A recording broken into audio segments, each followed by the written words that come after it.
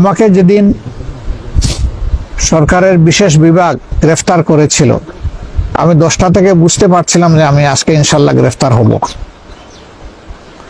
কিন্তু আমাকে তো গ্রেফতার করেছে রাতের 1:45টার সময়। এখন আপনারা সঙ্গত কারণেই প্রশ্ন করতে পারেন যে 3 ঘন্টার সময় পেয়েও আপনি কি কিছু করলেন না? না, আমি করিনি। আপনাদের স্মরণ থাকার কথা, 10 তারিখ ডিসেম্বর মাসের আমরা যুগপৎ কর্মসূচি ঘোষণা করেছিলাম একটা ভার্চুয়াল কনফারেন্সের মাধ্যমে।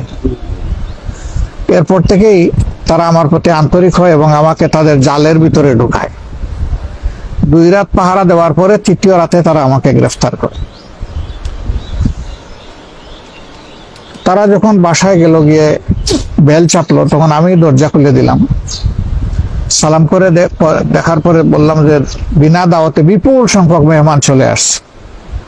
আমি বললাম যে এত মেহমান তো ধারণ করার ক্ষমতায় বাসার নেই, আপনারা কয়েকজন ভিতরে বসেন আর বাকিরা মেহরবানি করে রাস্তায় চলে যান, বিল্ডিং এর ভিতরে থাকবেন না। আলহামদুলিল্লাহ তারা আমার অনুরোধ রক্ষা করেছিল এবং বাসার ভিতরে কয়েকজন এসে সিনিয়র যারা, বাকিরা রাস্তায় চলে গেছিল। আমি তাদেরকে জিজ্ঞেস করলাম যে আমি তো প্রস্তুত, আমার ব্যাগও প্রস্তুত আছে। এখন দুটো হতে পারে, একটা হলো যে এখনই আমি রওনা, আরেকটা হলো 10 মিনিট সময় আমাকে দিবেন একটু। বললো আপনি নামাজ পড়বেন? বলে হ্যাঁ, আমি 2 রাকাত নামাজ পড়ব।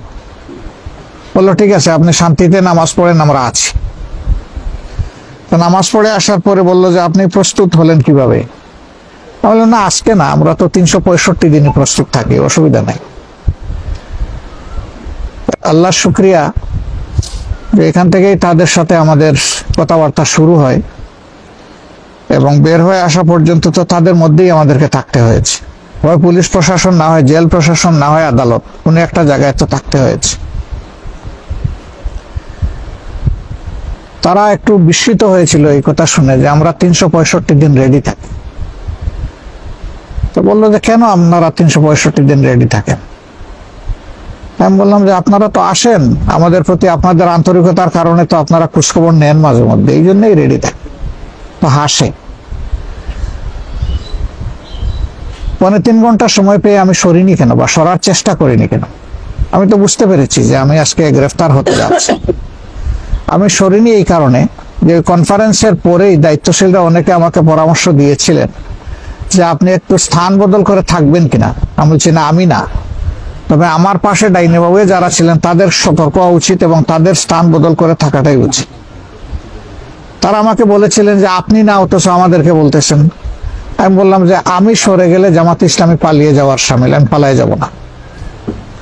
কিসমতে যেটা আছে সেটাই হবে, যেটা নাই সেটা কেউ গোটাতে পারবে না ইনশাল্লাহ। কিন্তু আপনারা সরে গেলে সেটা হবে না, সেটা কৌশলগত কারণে এরকম সরতেই পারি আমরা।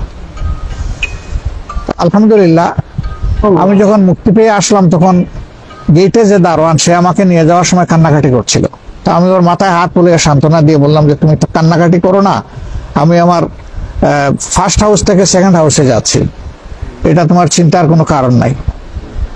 ফিরে আসার পরে বলে স্যার আমি কত বড় অপরাধ করলাম, আমি তো টের পাইছি, ওরা তো 9:30 থেকে এইভাবে এখানে যাওয়া আসা করছে, আমরা সন্দেহ করছিলাম এবং আমরা আপনার ব্যাপারেই সন্দেহ করছিলাম যে হয়তো আপনাকেই নিয়ে যাবে আজকে।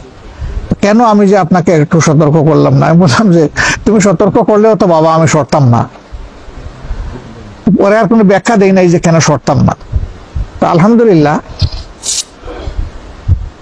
আল্লাহ রাব্বুল আলামিন আমাদেরকে আজীবন যেন এই প্রশান্তি বা তসল্লির নিয়ামত দিয়ে রাখেন। আমরা উদ্বিগ্ন হয়ে কিছু বাড়াইতেও পারবো না, কিছু কমাইতেও পারবো না, বরঞ্চ নিজের উপরে একটু জুলুম করবো, এর বেশি কিছু হবে না।